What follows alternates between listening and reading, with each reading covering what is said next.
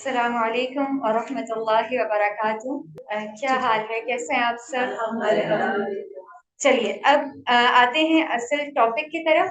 اے انسان، تم کب توبہ کرو گے؟ اب دیکھیں، اللہ تعالیٰ نے انسان کو بنایا اور اسے مکمل آزادی عطا فرما دی۔ کچھ ایسی مخلوقات بھی ہیں جنہیں آزادی نہیں دی گئی اور ان کو ایک ہی کام کے لیے چوز کر دیا گیا۔ مثلاً فرشتے عبادت کے لیے، درخت ہو گئے، پرندے ہو گئے، مختلف مخلوقات ہیں، لیکن انسان کو مکمل اتھارٹی دے دی گئی۔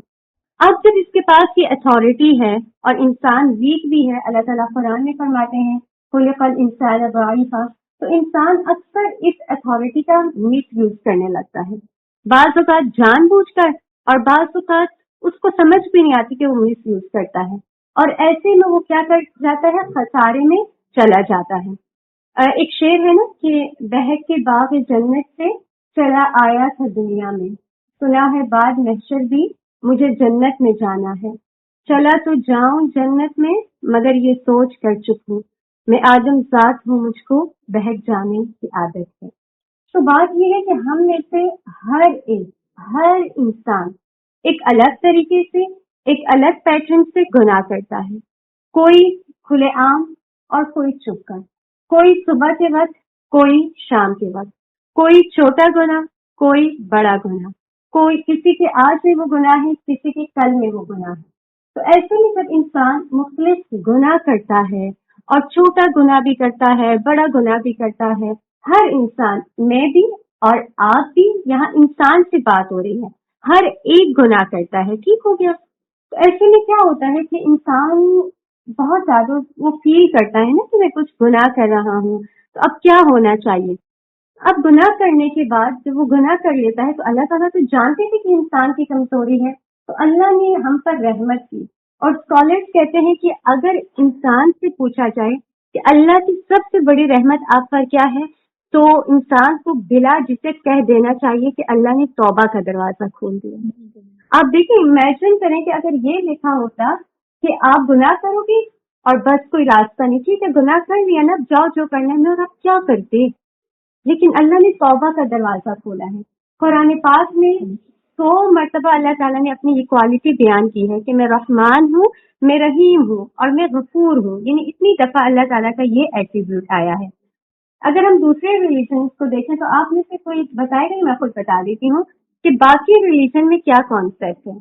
سب سے زیادہ اسلام کے بعد جو ریلیجن بہت پبلش ہے وہ کون سا ہے؟ کرسچینٹی، ٹھیک ہے، عیسائیت۔ اب ان کے ہاں کیا ہوتا ہے کہ جب کوئی گناہ کر لیتا ہے تو ان کا ہوتا ہے کہ سب سے پہلے وہ پریسٹ کے پاس جائے گا، یعنی جو ان کا بڑا، آپ کہہ رہے کہ اسکالر جس کو آپ کہہ رہے ہیں آسان الفاظ میں، پادری ہے، اس کے پاس جائے گا۔ پادری کے پاس جب وہ جاتا ہے تو اب پادری پہ ڈیپینڈ کرتا ہے، پادری کا موڈ ہوگا تو اس کو توبہ کا، یعنی اس کو ایک وہ مل گیا کہ آپ کو معافی ہے، لیکن اگر پادری کا موڈ نہ ہوا یا اس کی عقل نے ایکسیپٹ نہ کیا تو اس کے لیے کوئی بھی توبہ کا دروازہ نہیں ہے۔ ایک مذہب میں یہ ہے۔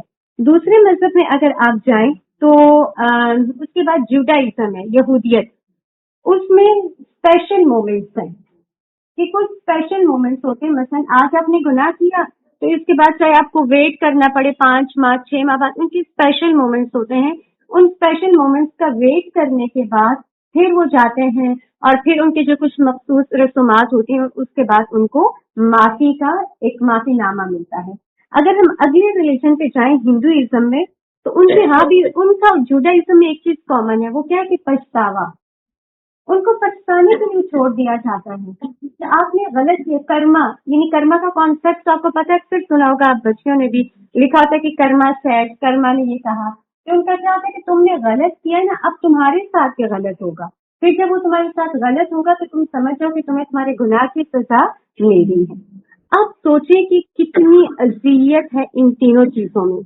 سب سے پہلے اگر گناہ آپ نے کر لیا، اور میں یہ سوچ رہی تھی کہ ایک انسان کتنے ترلے ڈالے جائیں کہ پہلے اس تک پہنچنے کے لیے 100 راستے، اور اس کے دوران بھی پتہ نہیں انسان 10 اور گناہ کر لے اور پھر جائے اور پھر پادری پرمیشن دے تو ٹھیک ہے، نہ دی تو کوئی بات نہیں۔ اس کے بعد دوسرے ریلیجن میں اتنا ویٹ کریں، یعنی اتنا لمبا ویٹ کرنے کے بعد آپ کو ایک گناہ کا معافی نامہ ملے گا۔ اور تیسرے ریلیجن میں کیا کہ پچھتاوا، کہ اتنا پچھتائیں کہ اس کے بعد مایوسی کی حد تک، اور ہمارے ریلیجن میں تو مایوسی کو سراسر کفر قرار دے دیا گیا ہے، لیکن آن دا ادر ہینڈ اسلام اور اسلام کی خوبصورتی دیکھیں کہ اللہ رب العزت قرآن میں کیا فرماتے ہیں کہ قل یا عبادی الذین اسرفوا علی انفسہم لا تقنطوا من رحمت اللہ ان اللہ یغفر الذنوب جميعا. کوئی کہہ دیجیے یا عبادی، اے میرے بندو. او مائی گاڈ، کس ریلیجن میں ایسی چیز ہے؟ کس نے اتنے پیار سے کبھی ہمیں ایڈریس کیا ہوگا کہ اے میرے بندو؟ اللہ تعالیٰ مجھے کیا اتنی گنہگار بندی کو کہ یا عبادی، اے میرے بندو اسرفوا علی انفسہم، جنہوں نے اپنی جانوں پر حد سے زیادہ ظلم کیا. اسراف کا میننگ اب سب کو آتا ہے نا، کہ حد سے بڑھ کر گناہ کر دیے.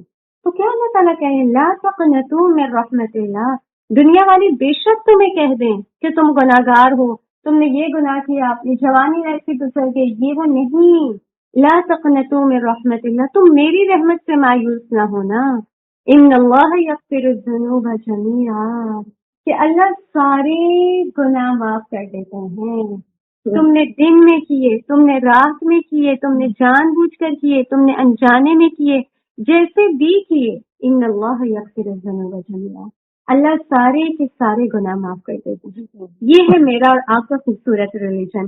اور پھر اسی طرح اللہ کے نبی نے فرمایا کہ تم میں سے اگر کوئی اتنے گناہ کرے کہ وہ آسمان تک اسٹاپ لگ جائے، ہوتے ہوتے ہوتے آسمان تک پہنچ جائے، اور پھر وہ اللہ سے بخشش مانگے تو اللہ اس کے سارے گناہ معاف کر دیں گے. اب میرے یا آپ میں سے کوئی ایسا ہے کہ جس کے گناہ اتنے ہو کہ وہ آسمانوں تک اس کا اسٹاک لگا ہو؟ نہیں، کیونکہ آسمان اور زمین کے درمیان کتنا ڈسٹینس ہے آج تک میئر نہیں ہو سکا. یعنی اتنا زیادہ ہے. تو اتنے تو ہمارے گناہ بھی نہیں ہیں. تو حدیث سے آنے کا پرپس یہ تھا کہ تم کبھی مایوس نہ ہو کہ جتنے بھی تمہارے گناہ ہیں اللہ تعالیٰ سب کے سب معاف کر دیں گے.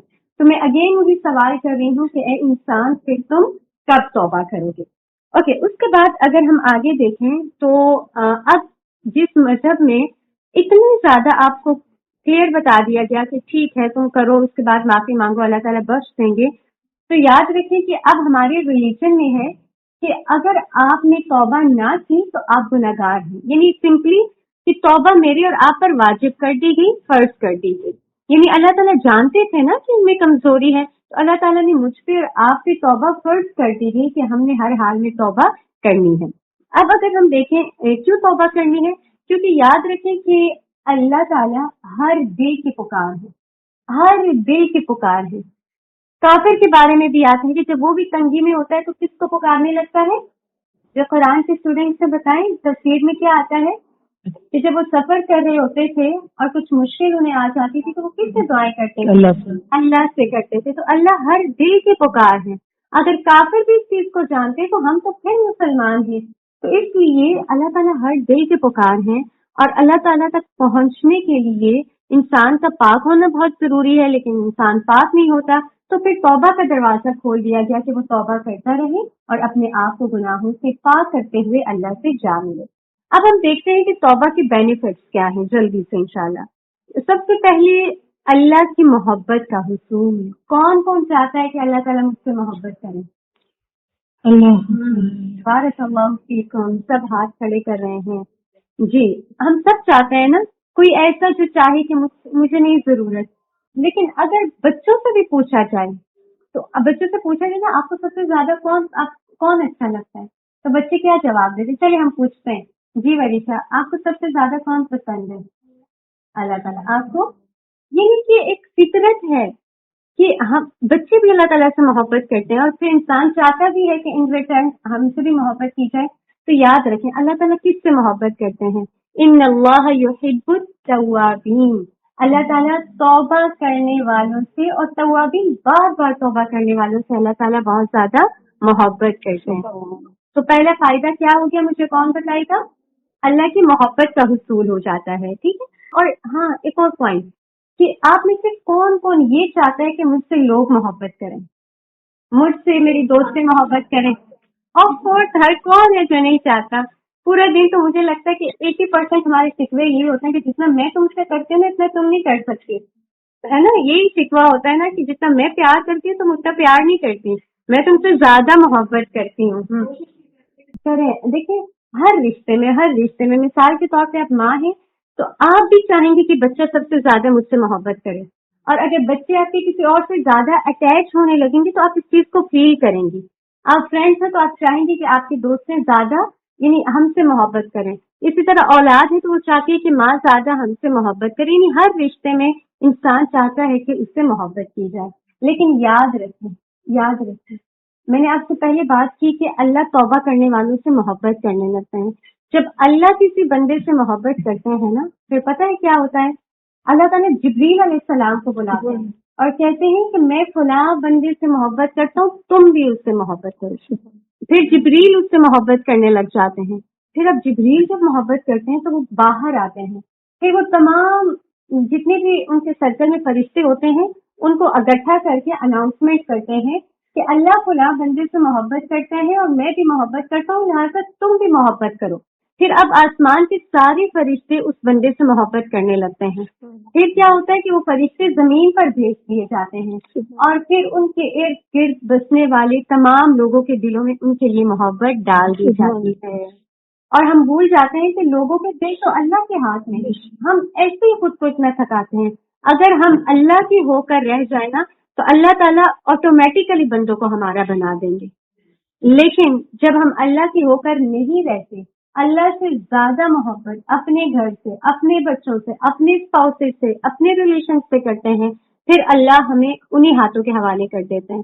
پھر آپ ساری زندگی تھک جاتے ہیں لیکن آپ کے شوہر آپ کو اپریشیٹ نہیں کرتے, آپ کے گھر والے آپ کو اپریشیٹ نہیں کرتے. کیوں؟ کیونکہ کہیں پیچھے جا کے آپ نے اللہ کو اللہ کا حق نہیں دیا ہوتا. تو اس لیے توبہ کیا کریں, اس سے اللہ تعالیٰ سے محبت فرمانے لگیں گے اور پھر اللہ تعالیٰ خود بخود بندوں کے دلوں میں آپ کی محبت ڈال دیں گے. تو پہلا پوائنٹ سب کو کلیئر ہو گیا نا, الحمدللہ. اوکے, دوسرا پوائنٹ کہ توبہ کرنے کا کیا فائدہ ہوتا ہے. کامیابی کا حصول. کون کون چاہتا ہے کہ ہم کامیاب ہوں؟ اوکے, بارک اللہ فیکم. ہم سب چاہتے ہیں نا کامیاب ہوں. سب سے بڑی کامیابی کیا ہے کہ فمن زحزح عن النار وادخل الجنة فقد فاز فوزا عظیما, کہ جو جنت میں داخل کر دیا گیا اور جہنم سے بچا لیا گیا تو اس نے سب سے بڑی کامیابی پائی. تو ایک اور قرآن کی آیت ہے کہ الا من تاب وآمن وعمل صالحا فاولئک يدخلون الجنہ. الا من تاب, جس نے توبہ کی اور توبہ کرنے کے بعد پھر ایمان لایا اور پھر نیک عمل کیے تو ایسے لوگ جنت میں داخل ہوں گے. اللہم اجعلنا منہم. اللہ ہمیں ایسے لوگوں میں شامل فرما دے. تو گویا جنت کا حصول بھی کس کے ساتھ اٹیچ ہے؟ توبہ کے ساتھ. اس کے بعد آگے ہم دیکھیں تو توبہ کرنے سے گناہ نیکیوں میں بدل جاتے ہیں. یہ پوائنٹ کس کو پتا تھا؟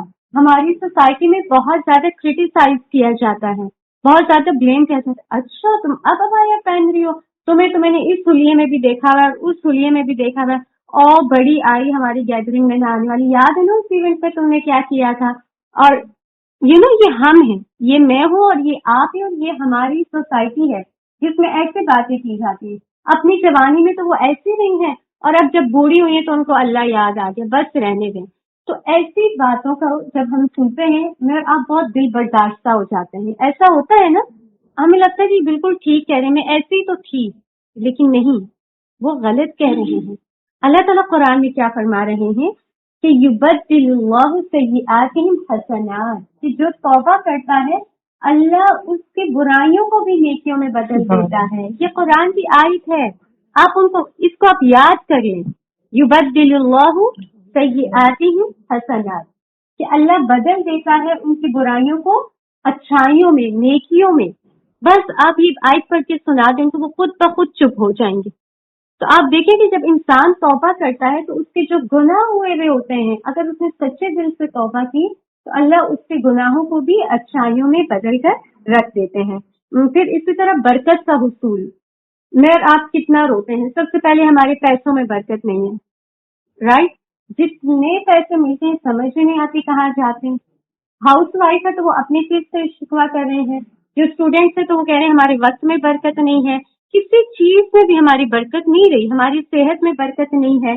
ہماری انرجیز میں برکت نہیں ہے، تھوڑا سا کام کرتے ہیں ہم تھک جاتے ہیں.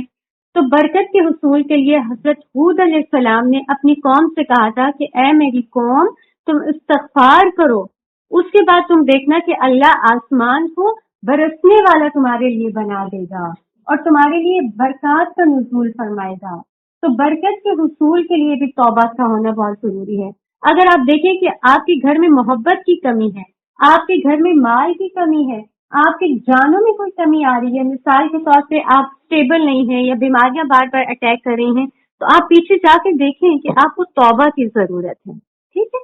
اس کے بعد اگلا اگر ہم چیک پوائنٹ دیکھیں تو اللہ تعالیٰ خوش ہوتے ہیں. سب سے بڑا اللہ تعالیٰ خوش ہو جاتے ہیں میرے اس عمل سے. ایک حدیث ہے بڑی خوبصورت جس میں مثال کے ذریعے سے سمجھایا گیا، اور وہ کون سی حدیث ہے؟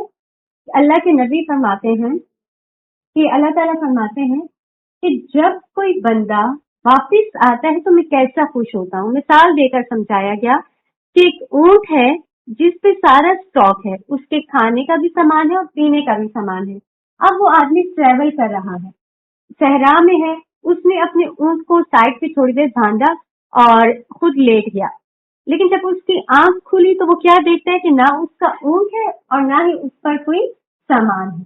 اب وہ بہت زیادہ پریشان ہو جاتا ہے کیونکہ صحرا آپ دیکھیں کہ چاروں طرف کچھ بھی نہیں ہے اور چلے بھی تو کتنا چلے، اور صحرا میں اگر انسان چلے نا اونٹ سے راستہ معلوم کر لیتا ہے، لیکن انسان چلے تو وہ بالکل پھر گھومنے لگتا ہے، کوئی راستہ ہی نہیں ملتا.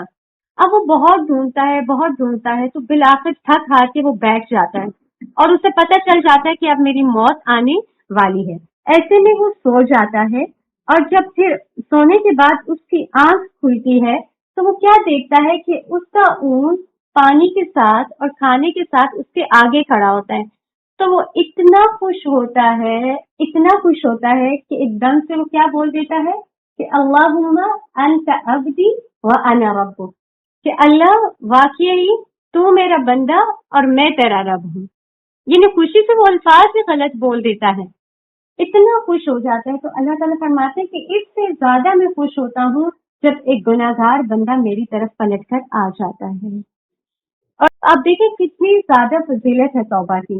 یہ تو میں نے آپ کو بتایا ایک پیٹرن سے. اگر ہم دوسری طرف سے دیکھیں کہ اگر توبہ کرنے سے ہماری باڈی کو کیا بینیفٹس ملتے ہیں، تو آپ میں سے کوئی بتائے گا کہ جب انسان توبہ کرتا ہے تو توبہ کرنا اس کے لیے کیوں ضروری ہے؟ ہر ریلیجن میں یہ ہے ضروری، ورنہ یہ جو دوسرے ریلیجن ہے یہ تو رکھتے ہی نہ، لیکن ان کو پتا ہے کہ یہ ایک بیسک نیڈ بھی ہے انسان کی.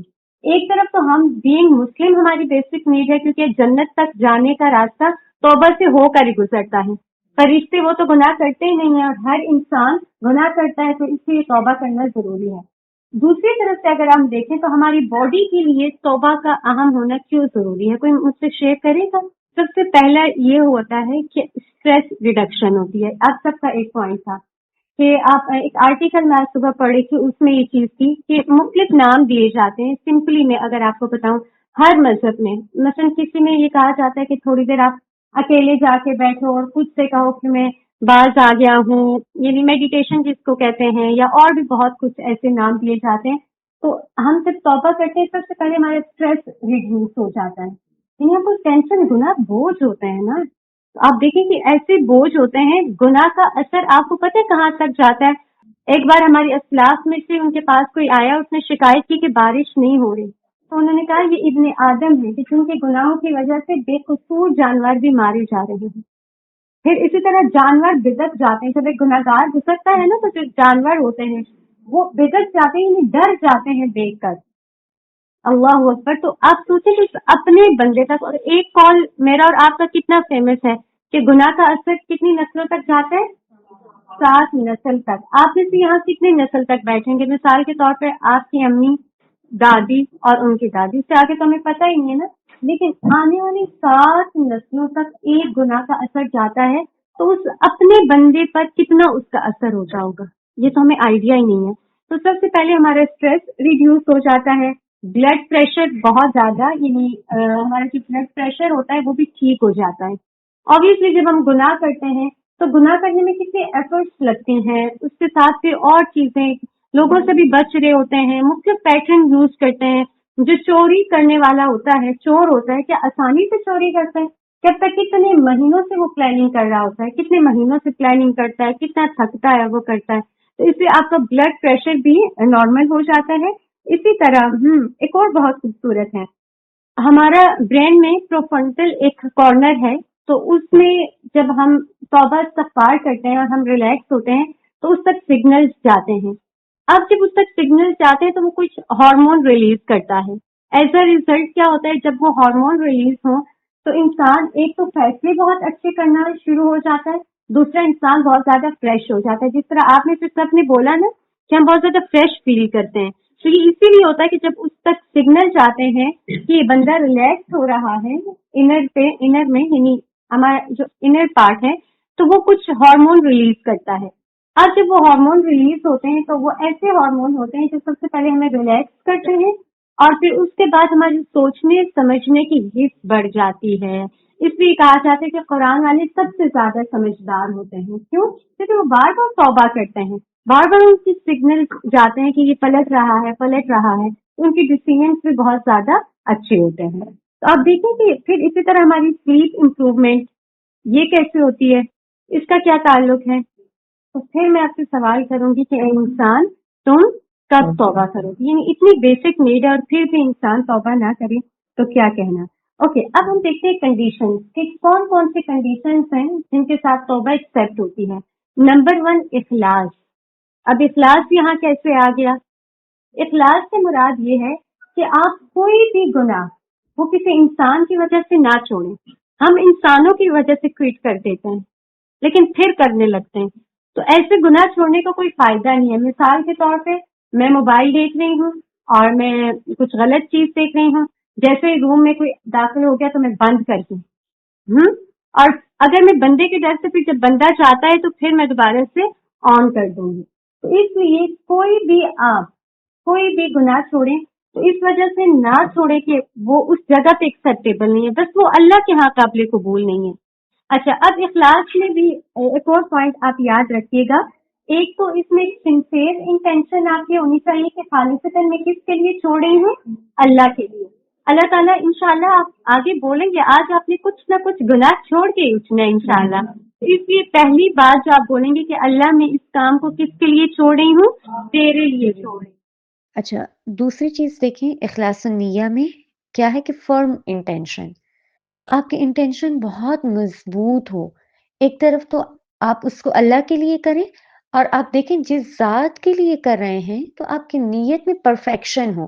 اب نیت میں پرفیکشن کے ٹرم سے کیا مراد ہے؟ تو اس سے مراد یہ ہے کہ اپنی طرف سے 100% آپ مضبوط ارادوں کے ساتھ اٹھیں. پھر کیا ہوگا؟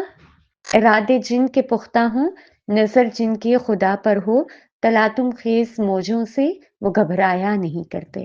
تو جب ہمارے ارادے مضبوط ہوں گے تو پھر راستے بھی ہمارے لیے آسان ہوتے جائیں گے. جب سوچ میں ہی ایسا ہو، سوچ ہی شیکی ہو کہ میں نہیں کر سکتی، یہ ہوگا وہ ہوگا، تو پھر وہی چیز ہونے لگتی ہے. تو ہمیشہ جب بھی نیت کریں اس میں 2 چیزیں شامل کیا کریں، ایک اللہ کے لیے اور دوسرا فرم انٹینشن. کہ تزلزل نہ ہو. مثال کے طور پہ کوئی ایسا گناہ ہے کہ جو میں کر رہی ہوں تو ایسا نہیں میں تو نہیں چھوڑ سکتی، اور آپ یہ بہت زیادہ کہتے ہیں نہیں میں قرآن کی کلاسز جوائن کروں، میں نہیں کر سکتی، میں شاید میری تو لائف اتنی ٹف ہے، میری روٹین اتنی ٹف ہے، میں اس چیز کو کنٹینیو نہیں کر سکتی، یا نہیں آج میں ابایا لوں گی تو یہ نہ ہو کہ کبھی میرا اتر جائے تو پھر کیا ہوگا، اس سے میں لیتی ہی نہیں. تو یہ اس سے پتہ چلتا ہے کہ آپ شیکی پرسن ہیں. اگر آپ اتنی بھی ڈیسیژن نہیں لے سکتے تو آپ زندگی میں کیسے کامیاب ہو سکتے ہیں؟ مثال کے طور پہ اور بھی بہت ساری مثالیں ہیں. جیسے اب رمضان آ رہا ہے تو مختلف طرح کے انٹینشن کروائی جاتی ہیں کہ آپ دورہ قرآن میں جائیں یا آپ تراویح کا اہتمام کریں. او مائی گاڈ، 30 days اور 2 گھنٹے میں نہیں کنٹینیو کر سکتی، شاید میں نہ کر پاؤں، میرا دل ہے لیکن مجھے ڈر لگتا ہے کہ میں نہیں کر پاؤں گی. یہ ہمارے جملے ہوتے ہیں نا، ہماری اسٹیٹمنٹس ہوتی ہیں، تو یہ غلط ہے.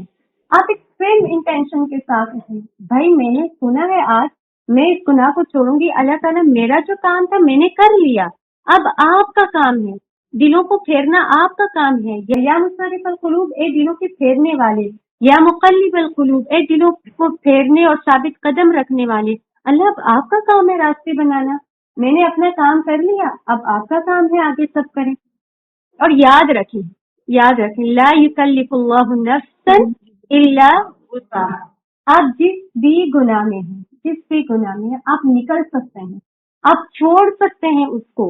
یہ ہم کیوں سوچ دیتے ہیں کہ میں نہیں کر سکتی، میں یہ والا کام نہیں کر سکتی، آپ سب کر سکتے ہیں، ٹھیک ہے۔ اور ایک اور چیز، ہر رات میں آپ جب اپنے بستر پر جاتے ہیں تو ہم کون سی سورت تلاوت کرتے ہیں؟ ٹھیک ہے، سورہ ملک، بارک اللہ فیکم، پہلی ہی آیت ہے، تبارک الذی بیدہ الملک وہو علی کل شیء قدیر، تبارک الذی، بڑا ہی بابرکت ہے، بیدہ الملک، جس کے ہاتھ میں بادشاہت ہے۔ اگر میں نا ہاتھ میں، یہ ہاتھ کیوں یوز ہوا؟ آپ پڑھتے، آپ نے کبھی سوچا ہوگا کہ یہ ہاتھ کی ٹرم کیوں آئی ہے؟ تو آپ دیکھیں کہ ہاتھ کی ٹرم اس لیے آئی، مجھے ایک بچے نے مجھ سے سوال کیا تھا آج سے کچھ ٹائم پہلے کہ یہ ہاتھ کیوں آیا، بیاد اللہ تعالیٰ کا ہاتھ سے کیا مراد ہے؟ تو تب میں نے سوچا یہ اس لیے آیا، مثال کے طور پہ اگر میرے ہاتھ میں کوئی فون دے دے تو مطلب میری پوری اتھارٹی ہے، میں جو چاہے دیکھوں، جو چاہے کروں۔ تو اسی طرح اللہ کے ہاتھ میں بادشاہت ہے، مراد یہ کہ اللہ تعالیٰ مجھے اور آپ کو بتانا چاہتے ہیں کہ کچھ بھی اللہ کے لیے امپاسبل نہیں ہے، وَهُوَ عَلَى كُلِّ شَيْءٍ قدیر، وہ ہر چیز پر قادر ہے۔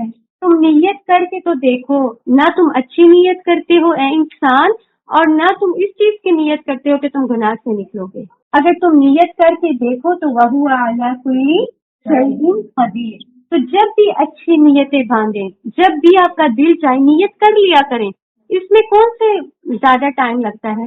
مثلاً آپ کا دل چاہ رہا ہے کہ میں یہ والے لیکچر لوں گی، فوراً سے کہیں اللہ تعالیٰ میں لوں گی، پھر وَهُوَ عَلَى كُلِّ شَيْءٍ قدیر۔ آپ کو لگ رہا ہے بچے چھوٹے ہیں، آپ کو لگ رہا ہے پرابلمس ہوں گی، مجھے لکھنا نہیں آتا، مجھے بولنا نہیں آتا، مجھے سمجھنا نہیں آتا، نہیں، یہ آپ کی نظر میں، اللہ کی نظر میں ایسا نہیں ہے۔ اپنا ویژن بہت بلند کریں، جب بھی کوئی نیک کام کرنے لگے تو آپ یہ دیکھیں کہ آپ جو کرنے جا رہے ہیں وہ کس کے لیے کرنے جا رہے ہیں۔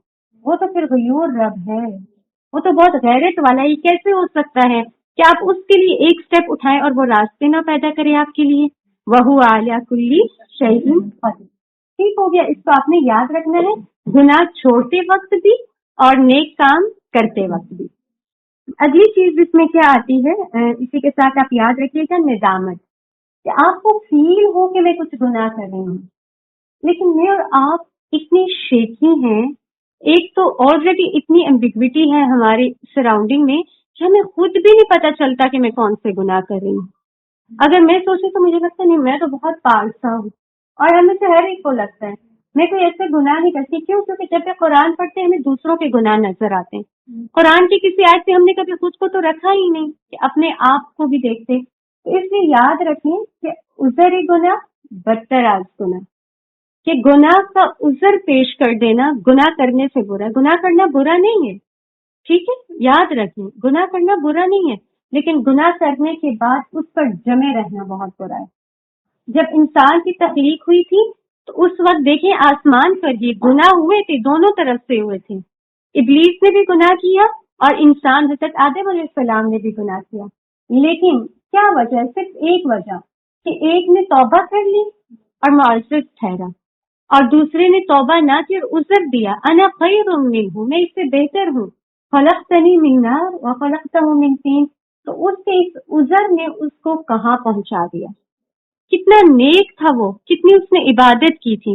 تو کبھی عذر نہ دے، عذر سے مراد ہوتا ہے جسٹیفائی نہ کریں، گناہ کرنے کے بعد جسٹیفائی نہیں کیا کریں، خود کو خود کہا کریں میں غلط ہوں، یہ نہیں کہ میں فلاں کی وجہ سے گناہ کرتی ہوں، فلاں نے مجھے ایسا بنا دیا ہے، میں اپنی دوستوں کی وجہ سے خراب ہوئی ہوں، میں اپنی ان کی وجہ سے خراب ہوئی ہوں، میں اپنے معاشرے کی وجہ سے خراب ہوئی ہوں۔